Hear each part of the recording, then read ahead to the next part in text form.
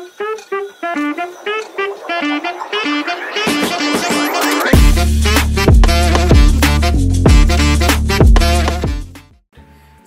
warahmatullahi wabarakatuh.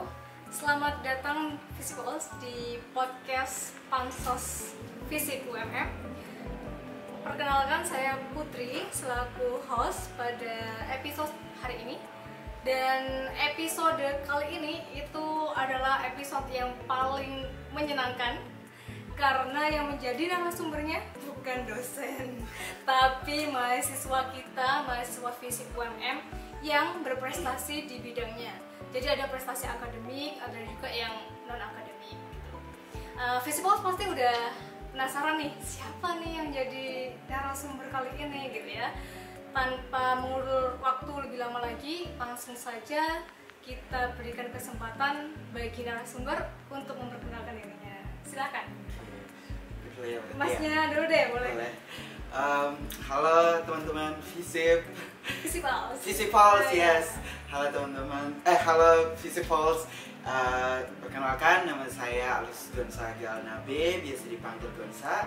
Saya mahasiswa hubungan internasional angkatan 2022. Oke, langsung katanya. Halo Visipals, nama saya San Adena Evante. Saya dari Prodi Ilmu Pemerintahan angkatan 2023. Oke, sudah belum kira-kira? Belum ya? Oke. Kalau gitu kita akan mencari tahu lebih lanjut nih, dua orang ini hebatnya apa sih kok sampai diundang di podcast ini gitu ya. Yang pertama saya berikan kesempatan untuk Mas siapa nih? Gonza. Ya, Mas Gonza untuk menceritakan prestasi terakhirnya kemarin kalau nggak salah udah ke Korea nih.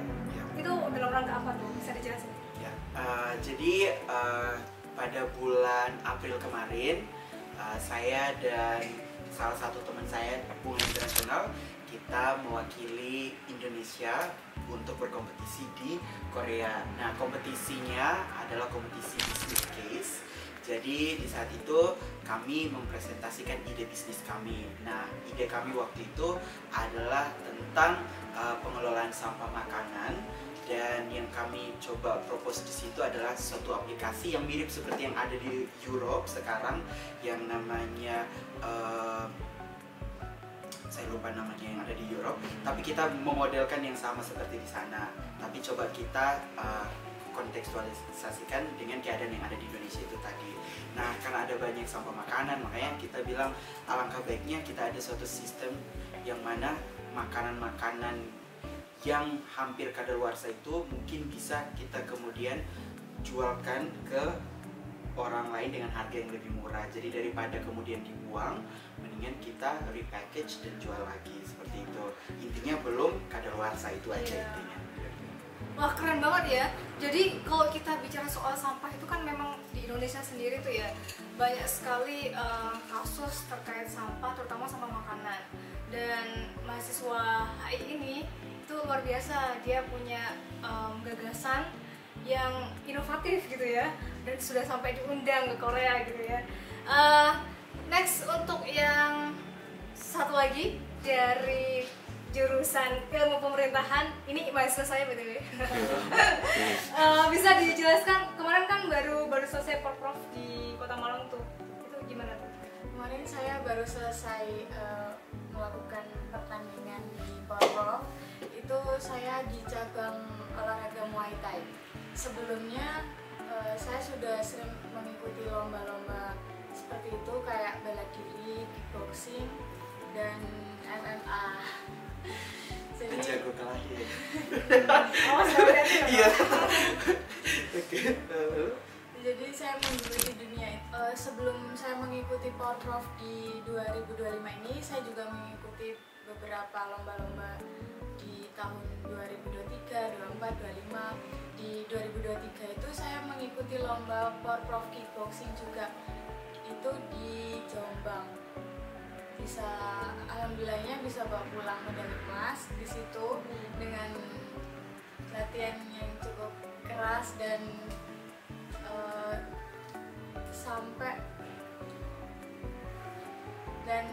pelaksanaan lombanya itu berbarengan dengan PES Maba di UMM. Jadi mengatur waktunya itu agak susah. Jadi karena saya sudah lama latihannya agar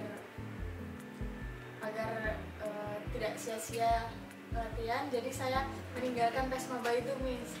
Oh, jadi gak ikut PES Maba? Iya, jadi gak ikut PES Maba. Jadi ngefokusin porprov dulu, terus PES Mabanya ikut di angkatan 2024. Tapi waktu ikut lomba itu tetap sebagai seorang mahasiswa? Iya. Oh, udah. Masih sudah sebagai mahasiswa. Oh, sudah diterima di mewakili UMM. Sudah kampus. diterima di UMM. Wah, ini yang satu ini menarik sekali kalau kita bicara soal Muay Thai. Dunia perkelahian. Iya, kickboxing itu kan kita selalu identik dengan cowok ya. Iya, benar. Dan ini cewek loh, kan luar biasa berarti. Apa sih Mbak yang mendasari kamu untuk bisa tertarik di situ? Padahal kan itu biasanya ya mainan cowok gitu kan.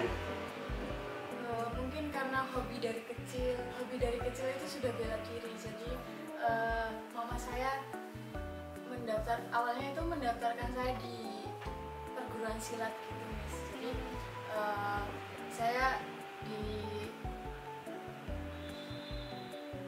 saya diajak buat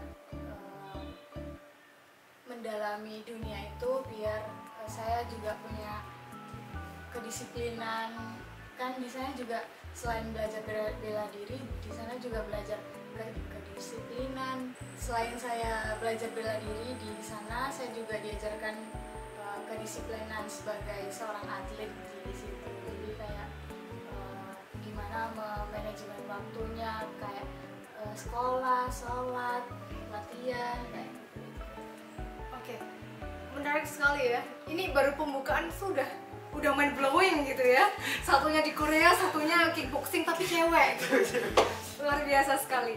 Nah, kita akan mencari tahu lebih dalam nih untuk kedua narasumber ya. Ke Mas Gonza dulu deh. Apa sih Mas yang membuat, ada nggak momen yang membuat kamu tuh tertarik di dunia internasional sampai ngikutin beberapa lomba gitu? Oke. Kalau cerita tentang bagaimana saya kemudian tertarik di dunia internasional itu berawal justru jauh sebelum saya bahkan masuk ke SMP. Saya malah dari SD. Kan saya dari NTT, Miss, tempat yang memang berbicara tentang pengembangan belum begitu berkembang ya kan. Tapi waktu itu di saya kelas 5 SD baru pertama kali saya dengar lagu bahasa Inggris. Kalau teman-teman tahu Party in the USA itu my first English song. Dan waktu itu saya kayak wah, ternyata ada bahasa lain di luar sana. Dan waktu itu juga kakak saya sempat ada juga video klipnya di laptop kan. Jadi saya nonton, gayanya keren, pakaiannya bagus-bagus kayak country-country gitu kan. Nah, itu yang kemudian membuat saya termotivasi dan berpikir apakah saya bisa kemudian keluar sana. Nah, kesempatan tentang pergi ke luar negeri itu baru pertama kali datang malah setelah saya SMA.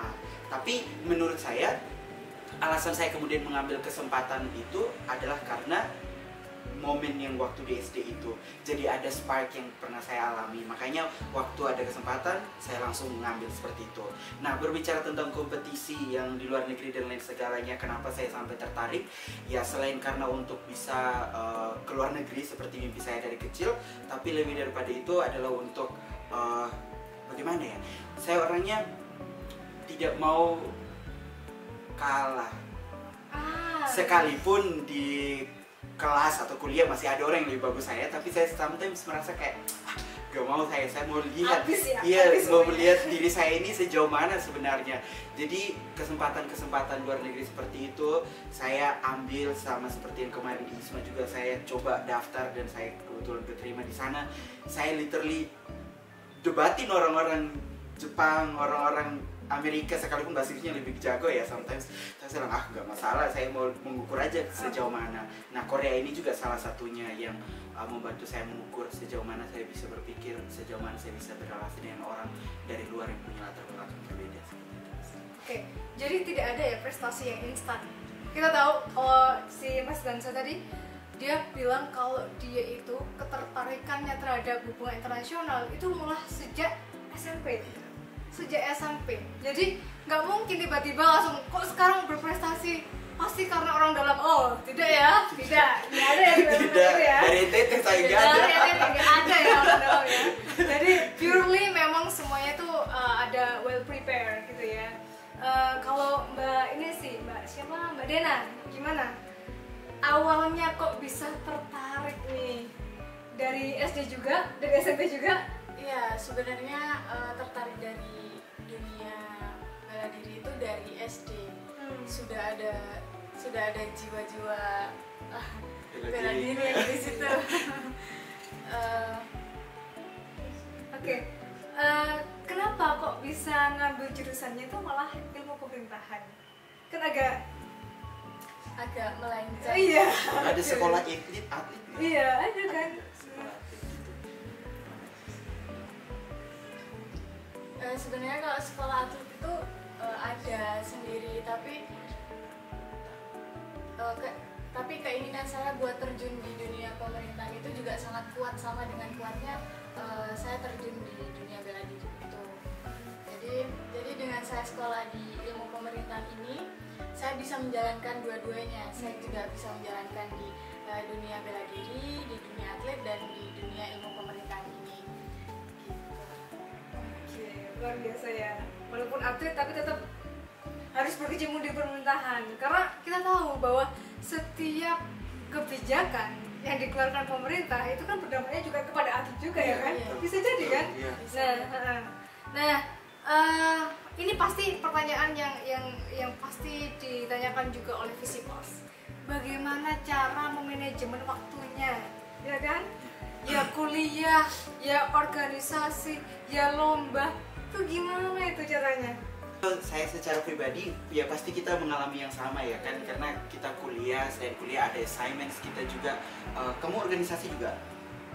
Kalau organisasi belum ikut. Nah, saya sekali ikut juga organisasi Miss, plus juga ikut lomba-lomba kayak gitu. Kalau pertanyaannya bagaimana saya manajemen waktu, sebenarnya itu agak susah dan tricky. Karena kadang ada beberapa kegiatan yang terjadi di hari yang sama, yang menurut saya sama-sama penting juga sebenarnya. Tapi prioritasnya itu seperti apa ya? Kadang saya mikir, semisal kalau seandainya let's say ada 3 kegiatan, satunya kuliah, tugas, satunya organisasi, satunya lomba. Kalau semisal tugas kuliah ini baru dikasih tahu dosen di hari H itu atau kemarin, dan yang 2 sebelumnya sudah saya jadwalkan jauh-jauh hari, maka yang tugas kuliah saya terpaksa harus tinggalkan karena saya merasa dia datangnya telat, sementara 2 ini saya sudah memberi komitmen di dalamnya gitu. Jadi saya akan prioritaskan yang sudah saya consent to first kayak gitu.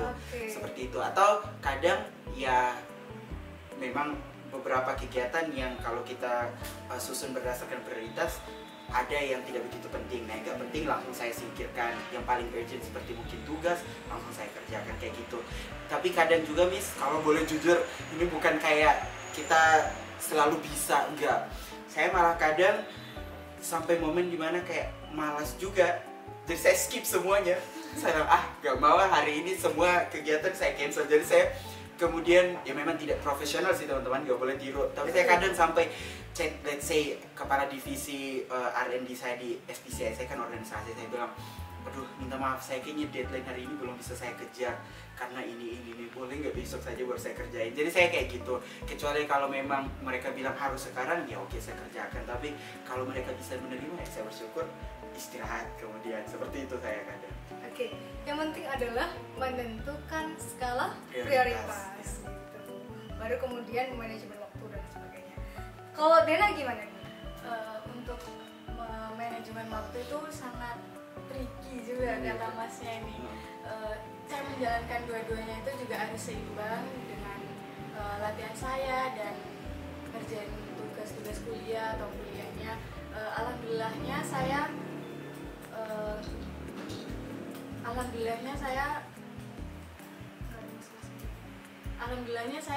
nggak ada masalah sama nilai karena saya memprioritaskan dua-duanya. Jadi kalau dekat-dekat pertandingan itu pasti latihannya semakin digenjot. Jadi tiap hari itu juga latihan pagi sore gitu. Jadi gimana cara saya membagi waktu saya dengan perkuliahan. Kalau ada perkuliahan pagi itu saya pasti ngedahuluin latihan saya dulu. Misal ada kuliah jam 7, jadi saya latihan itu jam 5 disempat-sempatkan gitu. Udah sakit dipukul pagi lagi nggak bisa saya. Disempat-sempatkan buat latihan dulu baru berangkat kuliah. Setelah pulang kuliah kan pasti ada jeda waktu gitu, dan jeda waktunya itu saya buat kesempatan diri saya untuk istirahat, meskipun 1-2 jam itu sangat berarti buat saya. Jadi sebenarnya ada ngalahnya juga sih, kayak semisal setelah jeda matkul biasanya nongkrong sama teman-teman di kantin atau nunggu matkul selanjutnya di coffee shop gitu. Itu saya mengurungkan diri saya, mengurungkan niat buat ngopi kesana kemari, jadi waktunya buat tidur. Berarti ada hal yang kita korbankan. Iya, harus kayak gitu. Oke, itu menarik sekali ya. Kalau manajemen waktu tadi, yang pertama adalah skala prioritas, yang kedua harus ada yang dikorbankan. Iya, karena kita nggak bisa membelah diri, kita bukan ombak ya. Bener. Oke, ini menarik sekali sama siapa namanya? Gonza. Oke, Gonza ini dia selain ikut beberapa lomba, dia juga sebagai CEO. Apa tuh? CEO dari mana tuh? Dari Konatus Academy, Miss. Nah, bisa dijelaskan. Oke. Apa itu? Jadi Konatus Academy itu adalah institusi belajar bahasa Inggris yang saya pikirkan untuk dirikan semenjak semester 1. Nah, waktu itu ada mata kuliah namanya kewirausahaan. Itu ada di pemerintahan juga, Pak? Enggak? Ada ya? Kewirausahaan. Matkul kewirausahaan ada ya? Oh, kita belum. Kayak bisnis-bisnis gitu. Kita adanya yang itu kewirausahaan sosial sih. Oh, kewirausahaan sosial. Nah, kami ada matkul kewirausahaan. Nah, waktu itu dikasih tugas, coba pikirkan bisnis apa dan dikasih nama seperti itu. Nah, waktu itu ya karena tugas ya saya coba kerjakan gitu aja seperti itu. Oke, Konatus lah aku dapat. Artinya bagus. Konatus itu artinya striving for excellence, bahwa ini adalah natural inklinasi dari manusia untuk mau berkembang, dan biasanya ada sakit di dalamnya, ada elemen sakit di dalamnya. Saya rasa itu, wow, belajar bahasa Inggris itu memang capek. Saya kan belajar telat juga, Miss, di 2020 baru mulai. Jadi saya tahu betul bahwa belajar bahasa Inggris itu sesusah itu. Jadi kata ini cocok buat institusi ini. Nah, tapi kemudian di semester 3, ini agak panjang dikit penjelasannya. Okay. Nah, kemudian di semester 3 saya, karena mama saya pensiun dari guru, dan saya merasa, bapak kan saya sudah meninggal, jadi saya merasa kayak, duh, daripada bebanin ibu, mendingan saya pakai skill saya seperti ngajar. Jadi saya kemudian mengajar. Nah, di situ saat saya mengajar bahasa Inggris, saya perhatikan pola mengajarnya, kurikulumnya seperti apa dan lain segalanya. Saya tuh kadang merasa kurang seret dengan kurikulumnya. Karena oh, ini kurang cocok ini untuk mereka yang terlambat belajar, bla bla bla bla. Nah, makanya itu saya kemudian terpikirkan, oh iya, saya harus bangun dunia saya sendiri. Dan baru terwujud itu saat saya di Spanyol kemarin, di ISMA itu, Miss. Di bulan November itu, ceritanya saya sama teman saya dari Erlangga, kita berdua duduk saling tanya concern kita dari Indonesia itu kayak gimana. Saya kemudian kasih tahu punya saya itu di bagian pendidikan. Nah, dia nanya, what would you do, apa yang akan kamu lakukan? Saya kemudian mikir, oh ya, I have an idea untuk buat institusi bahasa Inggris, tapi saya masih takut. Saya memang masih takut waktu itu. Dia bilang, gak usah, harus do it now. 3 hari setelahnya langsung saya dirikan Konatus ini, Miss. Jadi Konatus itu didesain khusus untuk orang yang belajarnya terlambat. Dan juga tutors kita sekarang ada 12 orang. Semuanya punya pengalaman internasional semua, bahkan ada yang nanti ngajarnya dari Darwin, Australia. Jadi ya kalau teman-teman belajar, monggo ke kita. Bisa banget nih. Iya, juga harganya murah, inklusif, karena berangkat dari pengalaman sendiri. 35.000, ini saya promosi juga. 35.000 per pertemuan, juga nanti 10% dari yang dibayarkan teman-teman itu kita alokasikan sebagai beasiswa buat mereka yang tidak mampu belajar bahasa Inggris. Jadi bukan hanya mereka yang kaya aja, tapi yang tidak mampu juga bisa belajar bahasa Inggris dan kamu. Keren sekali ya Mas Gonza ini ya. Oke. Selain itu dari Mbak Dena nih, dia kan punya prestasi yang sangat luar biasa ya. Pasti terus forward ini. Apakah mengajari teman-temannya atau adik tingkatnya, atau malah bikin bimbel karate, bimbel kickboxing. Ya. Kalau dengan mengajari adik-adik tingkat itu, saya belum ada saya belum ada niat karena diri saya sendiri juga masih kurang, jadi saya juga butuh belajar. Kalau semisal adik-adik tingkat saya atau kakak tingkat saya mau belajar, bisa juga di tempat saya latihan di sana di Boa Muay Thai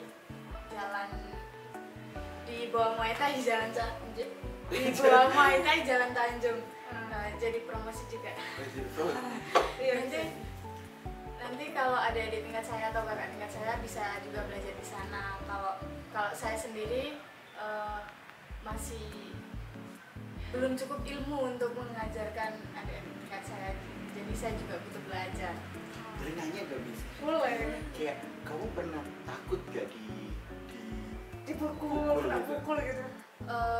Kalau rasa takut sih sampai sekarang masih ada, apalagi menjelang pertandingan kayak 3 hari sebelum bertanding itu saya juga udah deg rasanya kayak gimana ya nanti musuhnya, atau lebih tinggi dari saya atau lebih pendek dari saya gitu. Jadi balik lagi sama mindsetnya, gimana cara mengatur pikirannya. Kayak kalau banyak mikir itu juga jadi susah tidur kan. Jadi kalau tidurnya di atas jam 10 malam kan nanti performanya jadi turun. Jadi atlet mindset saya itu biasanya kayak gitu.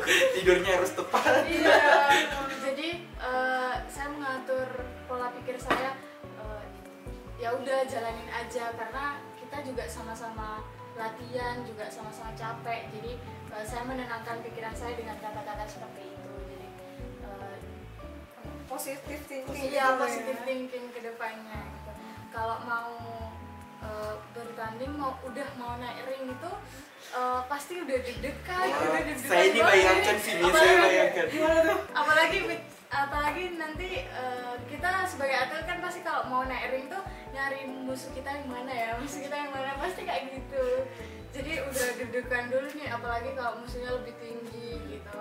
Jadi kayak menyusun strateginya itu gimana ya nanti mainnya. Tapi kalau udah di dalam ring itu udah hilang semua. Oh iya? Udah hilang. Wah, saya takut kayak gitu. Fokusnya udah fight terus. Kamu marah nggak? Kayak ada kayak emosi kayak, wih. Kalau Ya harus ngelain dia nih gitu kan. kalau rasa seperti itu pasti ada, tapi aku sama pelatihku tapi saya sama pelatih saya itu diajarkan buat bagaimana saya mengatur emosi saya seperti itu. Jadi kalau main pakai emosi kan juga nanti tekniknya hilang, strateginya hilang gitu. Malah nggak baik ya Iya. kalau emosi. Jadi kita di atas ring itu diajarkan buat main enjoy, santai, gimana ada peluang baru Dipukul masuk. enjoy, saya nggak bisa. Enjoy itu gimana? Sampai kita enjoy. Wah, ini saya malah memainkan dia kayak kakinya langsung Wow, gitu lingkar ya? gitu. Karena kalau kickboxing tuh bukannya, kalau boxing itu kan tangan doang Iya, kan. kickboxing pakai kaki juga kan? Iya, sama kaki juga. Kebayang nggak tuh? Jadi kita Hati-hati nih orang-orang di sekitarnya. Saya mikir. jadi kita di atas ring itu juga mikir, jadi nggak asal mukul, asal nendang gitu. Enggak. Karena ada teknik-tekniknya Iya. tadi itu ya. Jadi kita bermain tuh sambil mikir. Jadi nggak was doang yang Iya. mikir. Iya, keren cuy, keren. Keren ya. Oke, selanjutnya ini burnout. Kalian pernah burnout nggak sih? Itu bahasa gengsi nggak sih? Iya. Burnout. Kalian pernah nggak sih? Pernah. Pernah. Saya Kapan tuh? Kapan tuh pernahnya? ya, in fact semester ini.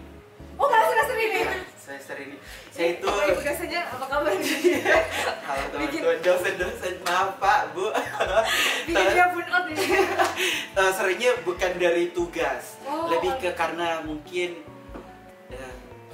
entah itu ya mungkin kesalahan juga secara pribadi Miss, karena saya mengambil banyak sekali kesempatan sampai saya sendiri tidak ada waktu untuk istirahat. Jadi teman-teman, banyak kesempatan itu ada yang perlu ditolak juga. Nah, satu pelajaran yang saya dapat semester ini adalah itu, kadang perlu kita say no untuk beberapa hal seperti itu. Dan saya burnout tuh karena merasa belum istirahat sama sekali Miss, karena kan saya dari semester 3 itu, dari liburan semester 3 itu saya kan mulai ngajar. Jadi saya nggak pernah rasakan liburan yang 3 bulan itu. Malah yang saat liburan 3 bulan itu saya ngajarnya lebih banyak lagi, saya ngambil kelas.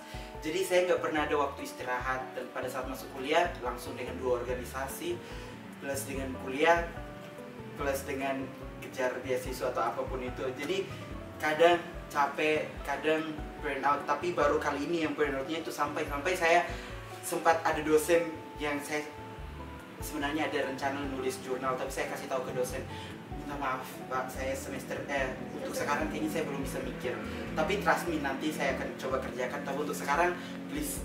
Saya sampai curhat ke dosen, saya bilang, karena ya kalau nggak dijelaskan juga takut dosen nggak ngerti, atau siapapun itu atasan di organisasi juga nggak ngerti. Jadi memang saya burn out, tapi saya coba menjelaskan ke mereka. Saya kasih tahu atasan R&D saya bilang, kalau seandainya saya slow rest atau apa, please understand kan, saya sekarang lagi agak gampang marah-marah, kadang malah burn out gitu. Ya. Jadi ya itu pelajaran yang saya dapat, kemudian curhat sama beberapa teman. Satu hal itu adalah ternyata betul kita nggak boleh selalu say yes to everything. Ada hal yang perlu kita tolak juga, sebagus apapun itu, tapi kalau mental gak kuat, say no to it. Dan jangan lupa konfirmasi ke mereka yang di sekitar kita bahwa kita lagi tidak stabil, karena takutnya bikin mereka malah marah atau gimana, kecewa seperti itu. Iya betul. Kalau Dena gimana? Pernah burn out? Kalau dibilang pernah atau nggak pernah, pasti semua orang pernah ya. Pasti pernah. Apalagi kita harus fokus di 2 bidang seperti itu. Jadi kayak burn outnya itu karena stres latihan dan stres banyak tugas kayak gitu. Jadi tugas mau jadi dosen ya.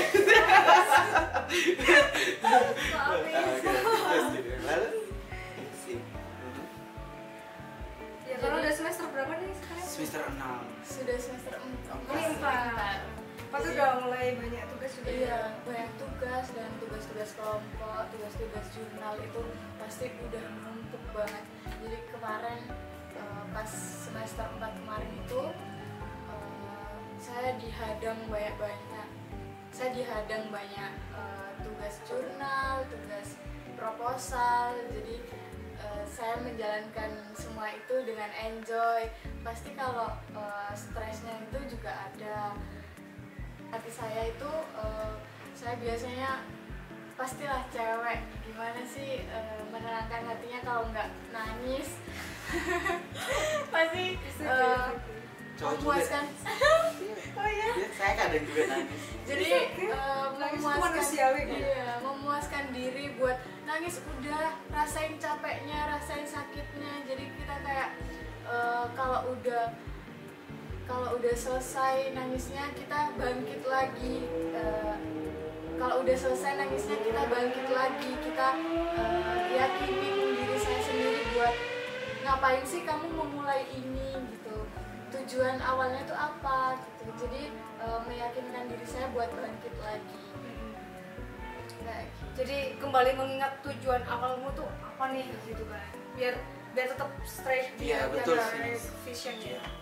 Kadang juga ya hal-hal sesimpel nonton di bioskop, kalau saya makan apa gitu, saya beli makanan ringan banyak ya, sambil makan nonton film kesukaan kayak gitu, udah tentang itu. Oh iya, itu caranya ya, Caranya. Okay. Atau nyanyi, saya suka nyanyi juga. Oh nice. Karaoke. Jadi teman-teman udah biasa dengar saya juga teriak. Saya juga hobi BTW, saya juga hobi nyanyi di kamar mandi. Sama-sama bisa. Saya selalu bawa tablet, terus saya putar, saya karaoke. Nice. Padahal itu kos Bener-bener. pembelasan orang, kayaknya saya nggak ada. Mereka udah mencintai saya sebagai saudara. Iya, sudah paham lah. Sudah paham ya, udahlah. Oke, ini sangat luar biasa ya prestasi yang satunya akademis, satunya non akademis itu. Yang kita perlu tanyakan adalah bagaimana fisik UMM memfasilitasi itu. Kalian dikasih reward nggak sih kalau udah menang-menang gitu?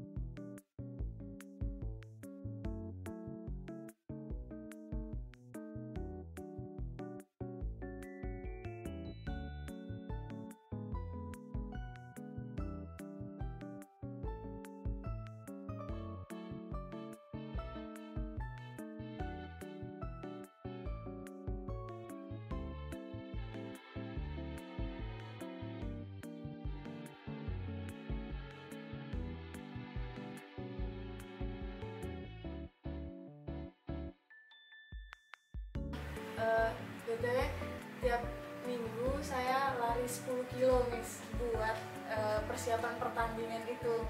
Jadi kayak semuanya udah kita lakuin, udah kita korbanin, makan pun kita jaga. Jadi setiap hari itu kayak buat store berat badanmu sekarang berapa gitu, di grup itu pasti store kayak gitu. Jadi kayak mau menjelang pertandingan terus kamu nggak all out di situ, kamu ragu, kamu gugup, pasti kan ada orang yang takut, pasti kan semua orang itu pasti ada yang takut kalah gitu Miss kan. Jadi kita sebagai temannya tuh kayak ngajak ya udah Motivasi gitu aja. Support. Ya, jadi kita saling support satu sama lain. Bahkan kayak kamu sendiri pasti, saya jujur ya, saya tahu bahwa di dunia atlet itu perlu disiplin yang tinggi. Nah makanya saya tahu saat dengar kamu Muatta itu, saya secara pribadi tuh kayak wow. Gitu ya? Benar Miss, karena itu bukan hal yang mudah loh. Kamu harus lari 10 kilo. Saya by the way nggak lari selama 6 bulan ini, udah gak pernah lari. Terus berat badan juga harus kamu kontrol, artinya pola makannya kamu jaga. Itu luar biasa. Nah, be yourself aja itu udah jadi living testimony untuk orang lain. Kamu motivasi orang-orang. So, yeah, that's pretty cool. Itu juga bentuk dari motivasi. Iya, benar. Sometimes gak perlu ngomong. Kamu literally jalan aja, orang-orang tuh pasti tahu. Teman-teman dekatmu tuh bilang, ini orang dia udah tugas nggak tidur, dia udah latihan bangun jam 5 latihan. Aduh, itu Dan kamu masih harus mengerjakan tugas. Bener, Miss. Luar biasa. Itu kamu gak bagus. double kill namanya. Double kill. Oke, terakhir deh. Ini waktunya udah mepet ya. After that, apa? Setelah ini kalian mau apa? Kalian udah dapat ini, kalian udah achieve anything gitu ya. Terus setelah ini apa? Apa yang kalian mau lakukan? Untuk kedepannya pasti saya masih akan menjalankan dua-duanya ini. Kayak masih ingin menjadi atlet. Kedepannya saya masih bisa main di PON atau ajang-ajang yang bergengsi kedepannya. Terus menekuni di dunia perkuliahan saya ini juga saya ingin sekali ikut organisasi seperti itu, kayak menyibukkan dan memperluas jaringan di dunia ilmu pemerintahan. Oh, Kansa? Ini pertanyaan saya agak susah sih Miss. Saya kurang tahu apa yang saya mau sebenarnya di masa depan. Sekalipun kalau ditanya apakah ada rencana, ada saja. Tapi dengan melihat yang tadi saya bilang kondisi sekarang, saya merasa agak burnout dan belajar untuk say no. Saya ini bingung dari semua rencana saya itu, apa yang perlu saya fokuskan sekarang, seperti itu. Ditambah ini kan udah semester 6, saya kadang juga mungkin semester krisis ya untuk yang semester 6 di luar sana. Kayak kita dulu bingung, ini mau wisuda cepat atau maksimalkan semester 8. Tapi kalau cepat, kerjanya di mana? Saya juga semula mikir kerja di mana? Nah itu mungkin yang saya inginkan itu adalah stable work place. Pokoknya pekerjaan yang menjanjikan aja, seperti itu. Apapun itu, saya orangnya tidak terlalu memilih-milih. Obviously maunya yang bagus lah. Tapi whatever presents itself in the future, aku akan ngambil aja seperti itu. Toh juga untuk pengembangan diri. Tapi itu yang mana saya masih belum tahu, dan itu quite frightening, menakutkan juga. Iya. Berarti itu yang harus dipikirkan sekarang. Benar teman-teman. Dan saya rasa kita semua bisa relate lah, generasi kita lumayan ya, takut. Sama semester 6. Sama semester 6, mana suaranya? Thumbs up. Jangan lupa komen. Oke, itu adalah perbincangan kita yang sangat luar biasa dalam kurang lebih 30 menit ini, teman-teman. Fishpulse pasti udah luar biasa ya, udah 30 menit nih. Luar biasa, terima kasih sudah berbagi cerita yang sangat inspiratif. Saya yakin teman-teman Fishpulse yang menonton pasti sudah terinspirasi dari kalian. Semoga Sobat Fishpulse ini jadi semakin semangat ya, semangat untuk puasnya, semangat untuk find your passion, karena passion itu nggak harus akademis, lagi-lagi non akademis pun juga passion. Jadi kalau belum menemukan passionnya, sekarang harus mulai dicari passion gitu ya. Sampai jumpa di episode selanjutnya. Jangan lupa like, comment, and subscribe. subscribe.